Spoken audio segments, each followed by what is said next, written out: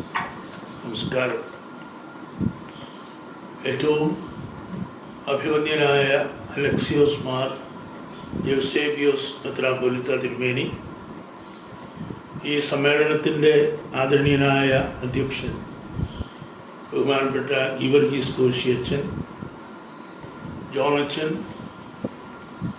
Father Joyce, father John ഈപ്പനച്ചൻ,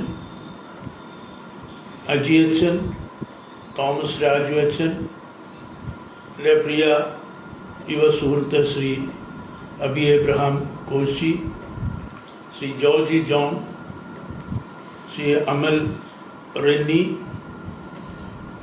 വേദ വായന നിർവഹിച്ച വിത മേരി, ഇവിടെ ഈ സൂം കോൺഫറൻസിലൂടെ അഭിവന്യ പക്കോമിയോസ് തിരുമേനിയെ ആദരപൂർവ്വം അനുസ്മരിക്കുന്ന ബഹുമാന്യരായ വൈദിക ശ്രേഷ്ഠരെ, സഹോദരി സഹോദരന്മാരെ, ഏറ്റവും പ്രിയപ്പെട്ട യുവജന പ്രസ്ഥാനത്തിൻ്റെ അംഗങ്ങളെ, പൂർവികരെ അനുസ്മരിക്കുക എന്നത് ഭാരതീയമായ സങ്കല്പത്തിൽ ഒരു പുണ്യമാണ്. പൂർവികരെ നമ്മൾ അനുസ്മരിക്കുന്നത് കൊണ്ട് അവർക്ക് പ്രത്യേകമായ ഗുണമൊന്നും ലഭിക്കുന്നില്ല എന്നുള്ളത് ശരിയുമാണ്. എന്നാൽ പൂർവികരെ അനുസ്മരിക്കാതിരുന്നാൽ അതിൻ്റെ പുണ്യനഷ്ടം വരുന്നത് ആരാണോ പൂർവികരെ അനുസ്മരിക്കാതിരിക്കുന്നത് അവർക്കാണ്. അതുകൊണ്ട് ഇന്ന് നമ്മൾ വാസ്തവത്തിൽ ഇവിടെ നടത്തുന്നത് ഒരു പുണ്യകർമ്മമാണ്. ഹൈന്ദവ വിശ്വാസപ്രകാരവും ആചാരപ്രകാരവും കർക്കിടക മാസം തന്നെ പിതൃതർപ്പണത്തിൻ്റെ മാസമാണ്. പൂർവികരെ പ്രത്യേകമായി അനുസ്മരിക്കുന്ന ഒരു സമയവുമാണ്. ഇന്നത്തെ ദിവസം നമ്മൾ കാലം ചെയ്ത, നമ്മളെ കടന്നുപോയ ഏറ്റവും അഭിവന്യനായിരുന്ന പൗലോസ് മാർ പക്കോമിയോസ് തിരുമേനിയാണ് അനുസ്മരിക്കുന്നത്. എന്നാൽ എന്നെ സംബന്ധിച്ച് ഇന്നത്തെ ദിവസം അതുപോലെ തന്നെ മാതൃസ്മരണയുടെ ഒരു ദിവസവുമാണ്. എൻ്റെ അമ്മ മരണമടഞ്ഞിട്ട് ഇന്ന് 28 വർഷം പൂർത്തിയാവുന്ന ദിവസവുമാണ്. അപ്പോൾ ഞാൻ അമ്മ മാർത്തോമാ സഭയിൽപ്പെട്ട ആളായിരുന്നെങ്കിലും അമ്മയുടെ അമ്മ ഓർത്തഡോക്സ് സഭയിൽപ്പെട്ട ആളും അഭിവന്യ മാത്യൂസ് മാർ ഇവാനിയോസ് തിരുമേനിയുടെ ഒരു സഹോദരിയുമായി, ആ നിലയിലാണ് ഓർത്തഡോക്സ് സഭയുമായും എനിക്ക് ഒരു ബന്ധം അവകാശപ്പെടാൻ സാധിക്കുന്നത്. അഭിവന്യ പക്കോമിയോസ് തിരുമേനിയെപ്പറ്റി ഇവിടെ പരാമർശിക്കപ്പെട്ടപ്പോഴൊക്കെ നമ്മൾ കേട്ട ഒരു കാര്യം, മാതൃവഴിയിലും പിതൃവഴിയിലും തിരുമേനിക്കുണ്ടായിരുന്ന മഹാപൗരോഹിത്യത്തിൻ്റെ ഒരു പാരമ്പര്യമാണ്. മാതൃവഴിയിൽ അത് വട്ടശ്ശേരി തിരുമേനിയാണെങ്കിൽ പിതൃവഴിയിൽ അത് കുറിച്ചി ബാവ തിരുമേനിയാണ്. കുറിച്ചി ബാവ തിരുമേനിയെ, വട്ടശ്ശേരി തിരുമേനിയെ കാണാനുള്ള ഭാഗ്യം സ്വാഭാവികമായും എനിക്കുണ്ടാവുകയില്ലല്ലോ. എന്നാൽ കുറിച്ചി ബാവ തിരുമേനിയെ എനിക്ക് എൻ്റെ ബാല്യത്തിൽ കാണാൻ മാത്രമല്ല തിരുമേനിയുടെ കുർബാനയിൽ സംബന്ധിക്കാനും ഭാഗ്യമുണ്ടായിട്ടുണ്ട്. അതിന് കാരണം ഞാൻ നേരത്തെ സൂചിപ്പിച്ചതുപോലെ ഞങ്ങളുടെ അമ്മയുടെ വീട് ദേവലോകം അരമനയ്ക്ക് വളരെ തൊട്ടടുത്താണ്, നടന്നു പോകാനുള്ള ദൂരം.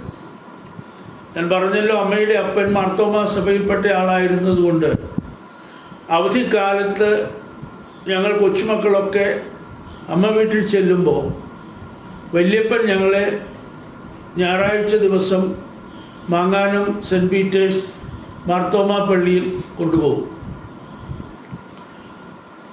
ഓർത്തഡോക്സുകാരിയായിരുന്നു ഞങ്ങളുടെ വല്യമ്മ, പുതുപ്പള്ളി നടുവത്ത് അന്നാമ്മ.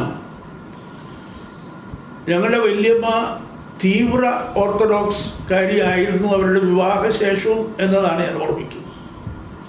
വല്യപ്പൻ ഞങ്ങളെ ഒരു ഞായറാഴ്ച മങ്ങാനംപള്ളിയിൽ കൊണ്ടുപോയാൽ അടുത്ത ഞായറാഴ്ച കൂടുതൽ തീവ്രതയോടെ വല്യമ്മ ഞങ്ങളെ ദേവലോകം അർബന ചാപ്പലിലെ കുർബാനയ്ക്ക് കൊണ്ടുപോയിരുന്നു. അങ്ങനെ വളരെ ബാല്യത്തിൽ അമ്മ വീട്ടിൽ പോകുന്ന സന്ദർഭങ്ങളിലൊക്കെ എനിക്ക് കുറിച്ചുബാവയുടെ കുർബാന കാണുന്നതിനുള്ള അസുലഭമായ ഒരു അനുഗ്രഹഭാഗ്യം സിദ്ധിച്ചതും ഞാൻ ഈ സന്ദർഭത്തിൽ ഓർക്കുകയാണ്.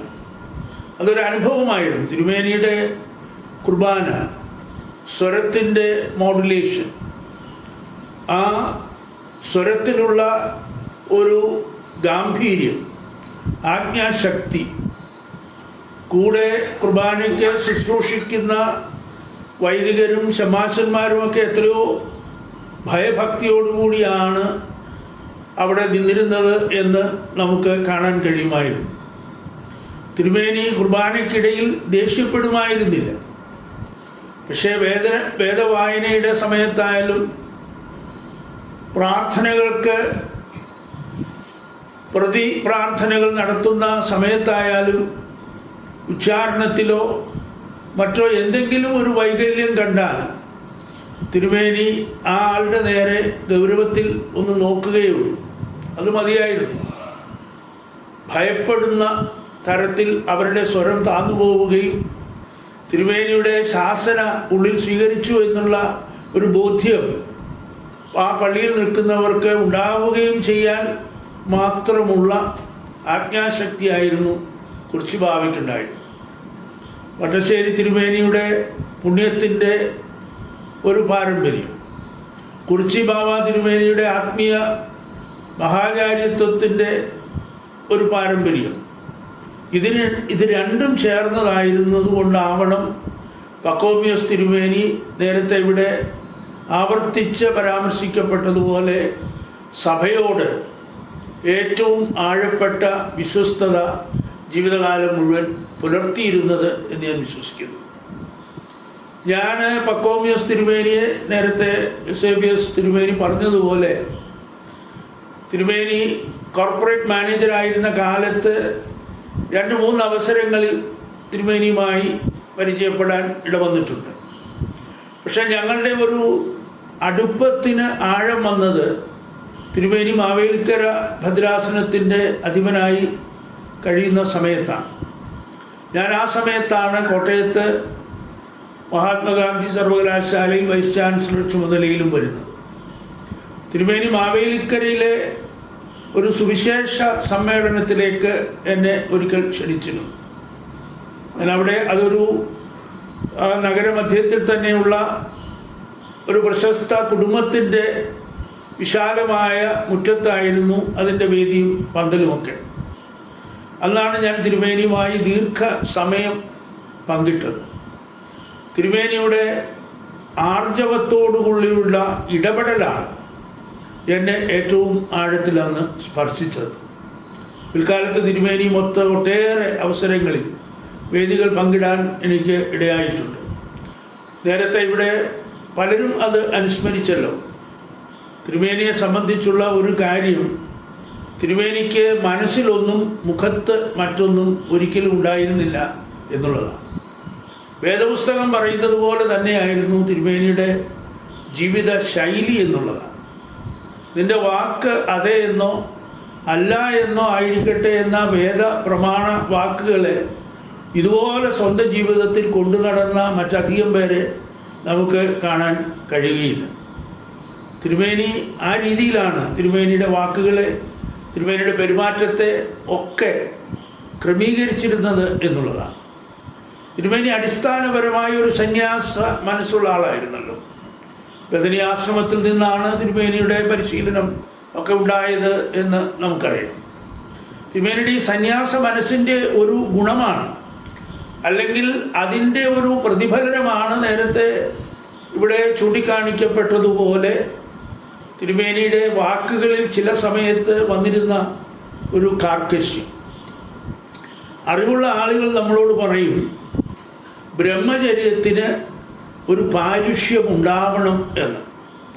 ബ്രഹ്മചര്യത്തിൻ്റെ പാരിഷ്യം എന്ന് പറയുന്നത് ആ മനസ്സിൻ്റെ സന്യാസത്തിൻ്റെ ഒരു ഭാഗമാണ്. പക്കോമിയോസ് തിരുമേനി തനിക്ക് ദേഷ്യം വന്നാൽ ദേഷ്യപ്പെടുമായിരുന്നു. അതിൻ്റെ അർത്ഥം തിരുമേനിക്ക് നയതന്ത്രങ്ങൾ ഒന്നും ഉണ്ടായിരുന്നില്ല എന്നുള്ളതാണ്. തുറന്ന മനസ്സായിരുന്നു തിരുമേനിക്ക്. പറയാനുള്ളത് ആരോടും മുഖത്ത് നോക്കി പറയാനുള്ള അസാമാന്യമായ ഒരു ആർജവമായിരുന്നു പക്കോമിയോസ് തിരുമേനിയുടെ ഏറ്റവും വലിയ സ്വഭാവത്തിൻ്റെ സവിശേഷത എന്ന് പറയാൻ നമുക്ക് രണ്ടാമത് ഒന്ന് ആലോചിക്കേണ്ട കാര്യമില്ല. തിരുമേനി യഥാർത്ഥത്തിൽ ഒരു ആചാര്യനായിരുന്നു. നമുക്ക് വേണമെങ്കിൽ ഒരു ആത്മീയ മഹാചാര്യൻ എന്ന് തന്നെ പറയാം. വേദപുസ്തകം തന്നെ നമ്മളോട് ആരാണ് ആചാര്യൻ എന്ന് പറയുന്നുണ്ട്. സങ്കീർത്തനം 1-ാം പുസ്തകത്തിൽ നമ്മൾ വായിക്കുന്നു, ദുഷ്ടന്മാരുടെ ആലോചന പ്രകാരം നടക്കാതെയും പാപികളുടെ വഴിയിൽ നിൽക്കാതെയും പരിഹാസികളുടെ പീഠത്തിൽ ഇരിക്കാതെയും യഹോവയുടെ ന്യായപ്രമാണത്തിൽ സന്തോഷിച്ച് അവൻ്റെ ന്യായപ്രമാണത്തെ രാപ്പകൽ ധ്യാനിക്കുന്നവൻ ഭാഗ്യവാൻ. അവൻ ആറ്റരികത്ത് നട്ടിരിക്കുന്നതും തക്ക കാലത്ത് ഫലം കായ്ക്കുന്നതും ഇല വാടാത്തതുമായ വൃക്ഷം പോലെ ഇരിക്കും എന്നാണ്. വാസ്തവത്തിൽ എല്ലാ അർത്ഥത്തിലും ഈ സങ്കീർത്തകൻ്റെ വാക്കുകളോട് 100% വിശ്വസ്തത പുലർത്തിയിരുന്ന ഒരു ജീവിത ശൈലിയായിരുന്നു അഭിവന്യ പക്കോമിയോസ് തിരുമേനിയുടേത് എന്നുള്ളതിൽ ഒരു സംശയവുമില്ല.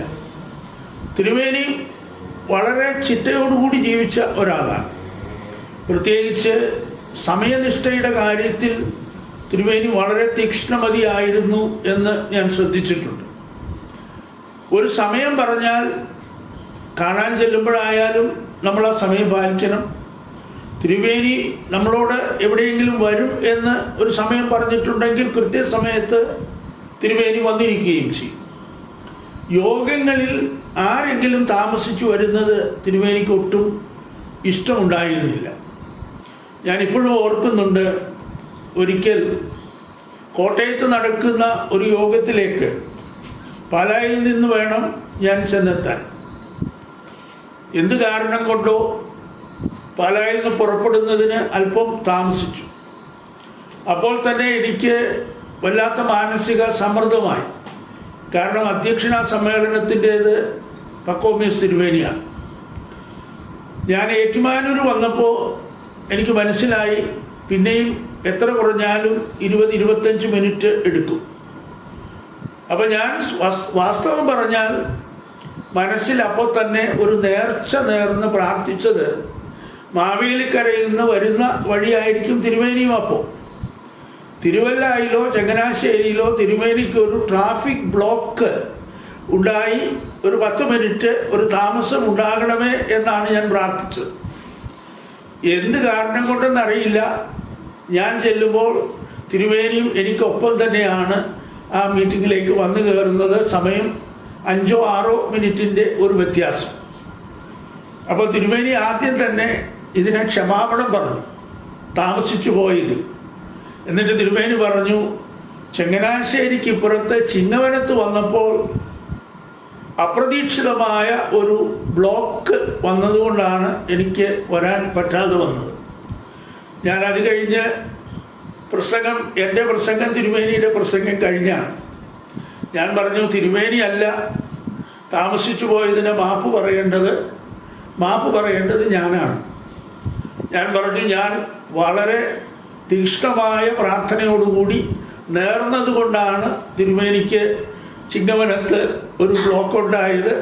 അതുകൊണ്ടാണ് തിരുമേനി താമസിച്ച് എത്താനിടയായത്. താമസിച്ച് വരുന്നതിൽ തിരുമേനിക്കുള്ള ദേഷ്യം എനിക്കറിയാവുന്നത് കൊണ്ടാണ് അങ്ങനെ പ്രാർത്ഥിക്കേണ്ടി വന്നത് എന്ന് ഞാൻ പ്രസംഗിച്ചു. പ്രസംഗം കഴിഞ്ഞ് തിരിയിരുന്നപ്പോൾ ചിരിച്ചുകൊണ്ട് തിരുമേനി എൻ്റെ കൈക്ക് പിടിച്ചിട്ട് പറഞ്ഞു, സാറിനെ ഞാൻ സമ്മതിച്ചിരിക്കുന്നു, പ്രാർത്ഥന ഇങ്ങനെ ഉപയോഗിക്കാൻ പാടില്ല കേട്ടോ എന്ന് വളരെ നർമ്മത്തോടുകൂടി എന്നോട് പറയുകയും ചെയ്തു. തിരുമേനിയെ പറ്റിയുള്ള ഒട്ടേറെ മധുരമായ ഓർമ്മകൾ എനിക്ക് അങ്ങനെ ഉണ്ട്. എപ്പോഴായാലും കണ്ടാൽ തിരുമേനി മറ്റ് പല ആചാര്യന്മാരിൽ നിന്നും വ്യത്യസ്തമായി ഞാൻ ശ്രദ്ധിച്ചിട്ടുള്ളത് തിരുമേനി കുടുംബത്തെ പറ്റി അന്വേഷിക്കും എന്നുള്ളതാണ്.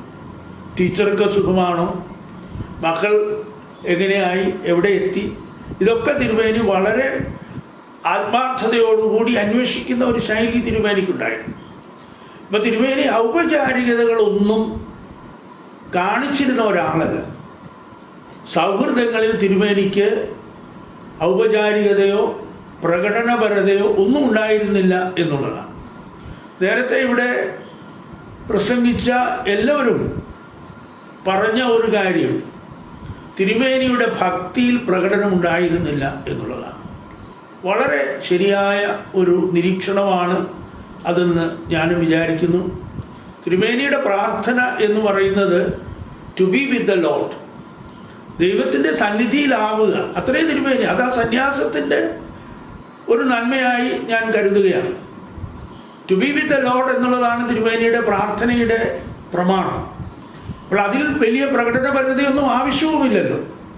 ഇപ്പോൾ മനസ്സുകൊണ്ട് നേരത്തെ ഞാൻ കേട്ട ഒരു അനുസ്മരണ പ്രഭാഷണം, ഇവിടെയല്ല, നേരത്തെ നടന്ന ഒരു അനുസ്മരണ പ്രഭാഷണത്തിൽ ഒരച്ഛൻ പറയുന്നുണ്ടായിരുന്നു, എവിടെ യാത്രയ്ക്ക് തിരുമേനി ഇറങ്ങുമ്പോഴും അരമനയുടെ ചാപ്പലിൻ്റെ മുമ്പിൽ അകത്ത് കയറുകയില്ല, വാതിലിൽ നിന്ന് തിരുമേനി തലകുനിച്ച് ഒന്ന് പ്രാർത്ഥിച്ചിട്ട് ഇറങ്ങി വരും. അപ്പോൾ അതാണ് പ്രാർത്ഥന. തിരുമേനിയുടെ പ്രാർത്ഥന ഒരുപക്ഷെ കാറിൽ ഇരിക്കുമ്പോഴായിരിക്കാം, അരമനയുടെ ചാപ്പലിന് മുമ്പിൽ നിൽക്കുമ്പോഴായിരിക്കാം, തൻ്റെ മുറിയിൽ ഇരിക്കുമ്പോഴായിരിക്കാം, എവിടെയും ആയിക്കൊള്ളട്ടെ തിരുമേനിയുടെ പ്രാർത്ഥനയ്ക്കുണ്ടായിരുന്ന ആർജവത്വമാണ് ഞാൻ പറഞ്ഞത്. ഇപ്പോൾ പ്രാർത്ഥനയുടെ യഥാർത്ഥമായ അർത്ഥം അദ്ദേഹം ഗ്രഹിച്ചിരുന്നു എന്നുള്ളതാണ്. ദൈവത്തിൻ്റെ സന്നിധിയിൽ അദ്ദേഹം ഒരു ഭക്തനായിരുന്നു എന്നുള്ളതാണ് സത്യം. നമുക്കറിയാമല്ലോ, ഹിന്ദുക്കളുടെ അവരുടെ മതപരമായ ഗ്രന്ഥങ്ങളിൽ നിന്ന് നമ്മൾ വായിച്ചു കേൾക്കുന്ന ഒരു ഭാഗം,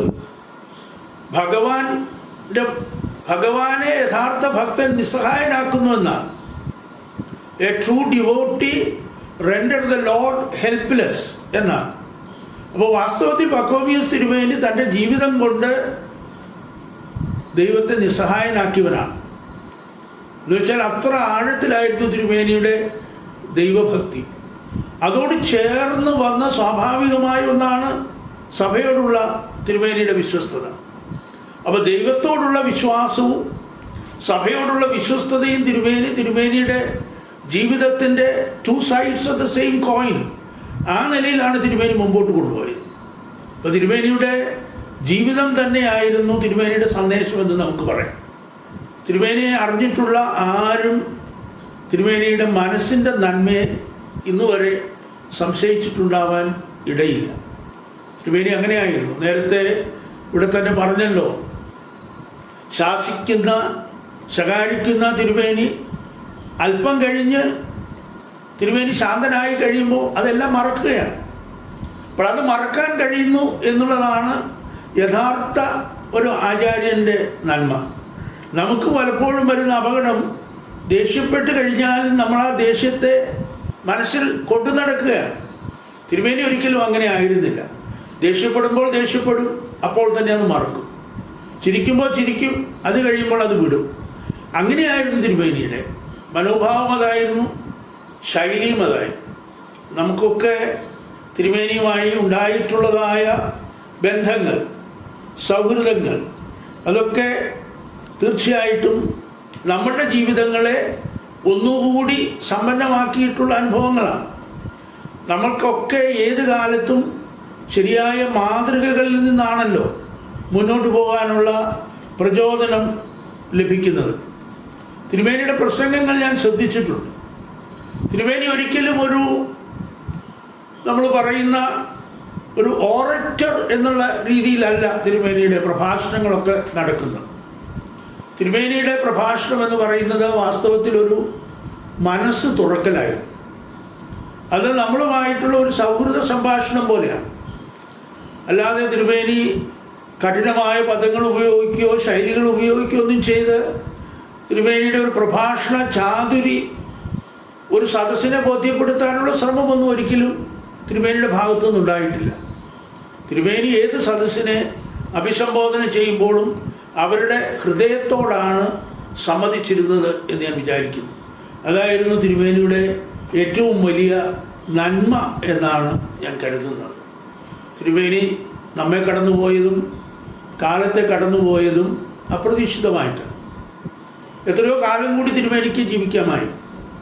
നിർഭാഗ്യം എന്ന് പറയട്ടെ, നമ്മുടെ നിർഭാഗ്യം തിരുമേനി വളരെ വേഗത്തിൽ നമ്മെ കടന്നുപോയി എന്നുള്ളതാണ്. മാവേലിക്കര ഭദ്രാസനത്തിനും തിരുമേനിയുടെ നേതൃത്വത്തിൻ്റെ അനുഗ്രഹങ്ങൾ ഒരർത്ഥത്തിൽ പറഞ്ഞാൽ പരിമിതമായ ഒരു കാലത്തേക്ക് ഉണ്ടായുള്ളൂ. എങ്കിലും ആ ചെറിയ കാലം കൊണ്ട് തിരുമേനി മാവേലിക്കര ഭദ്രാസനത്തിന് നൽകിയ അതിശക്തമായ ഒരു ആത്മീയ അടിത്തറയുണ്ട്.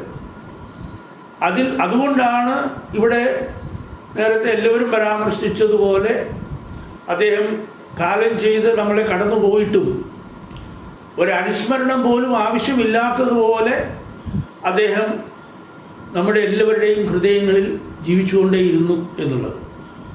ഇന്ന് യുവജന പ്രസ്ഥാനമാണ് തിരുമേനിയുടെ ഈ അനുസ്മരണ സെമിനാർ ഇവിടെ സംഘടിപ്പിച്ചിട്ടുള്ളത്. എനിക്ക് ദീർഘകാലമായി അറിയാം. ശക്തനായൊരു യുവജന പ്രവർത്തകനാണ് അദ്ദേഹം. ഭംഗിയായി യുവജന പ്രസ്ഥാനത്തെ മുന്നോട്ട് നയിക്കുന്നു. തീർച്ചയായും യുവജനങ്ങളാണ് ഭാവിയുടെ നിർമ്മാതാക്കൾ, അവരാണ് നമ്മുടെ മൂല്യങ്ങളുടെ സംരക്ഷകർ. അപ്പോൾ പക്കോമിയോസ് തിരുമേനിയുടെ ജീവിതത്തിൻ്റെ മാതൃക, അവിടുത്തെ ജീവിതത്തിൻ്റെ പുണ്യം, അവിടുന്ന് നമുക്ക് നൽകിയിട്ടുള്ള യഥാർത്ഥമായ ഒരു ജീവിത മാതൃകയുടെ പ്രതിഭ, ഇതെല്ലാം ഇനി മുന്നോട്ട് കൊണ്ടുപോകേണ്ടത് യുവജനങ്ങളാണ്. തിരുമേനി നമുക്കൊരു ഐക്കണാവുന്നത് അതുകൊണ്ടാണ്. നമ്മളെ സംബന്ധിച്ചിടത്തോളം നമുക്ക് സ്വർഗീയമായിട്ടുള്ള പേഴ്സണാലിറ്റീസ്, വ്യക്തിത്വങ്ങളൊക്കെ നമുക്ക് ഐക്കൺസാണ്. പക്ഷെ തിരുമേനി ജീവിച്ചിരുന്ന കാലത്തും ഇപ്പോൾ സ്വർഗസ്ഥനായതിനു ശേഷവും തിരുമേനിയുടെ സ്മരണ തന്നെ നമുക്ക് പ്രചോദനകരമാണ്. തിരുമേനിയുടെ ആ സ്മരണയിലാണ് നമ്മൾ നമ്മുടെ പുണ്യങ്ങളെ ഉറപ്പിക്കേണ്ടത്, നമ്മളുടെ സമ്മർദ്ദങ്ങളെ അതിവർത്തിക്കേണ്ടത്, നമ്മളുടെ പോരായ്മകളെ കണ്ടെത്തേണ്ടത്, നമ്മളുടെ പരിമിതികളെ ഒക്കെ കടന്നു പോകേണ്ടത്. പരിശുദ്ധ ഓർത്തഡോക്സ് സുറിയാനി സഭ ഒരു പരീക്ഷണ ഘട്ടത്തിലൂടെ കടന്നു പോകുന്ന കാലമാണ്. തീർച്ചയായും തിരുമേനിയുടെ സ്വർഗീയമായ മധ്യസ്ഥം ഈ സഭയുടെ പ്രതിസന്ധികളിലൊക്കെ സഭയ്ക്ക് ബലമായ ഒരു കോട്ടയായി നിലനിൽക്കും എന്ന് ഞാൻ വിശ്വസിക്കുന്നു. ഞാൻ തിരുമേനിയുടെ ധന്യമായ സ്മരണയ്ക്ക് ഏറ്റവും സ്നേഹപൂർവമായ പ്രണാമങ്ങളെ സമർപ്പിക്കുകയും ചെയ്യും.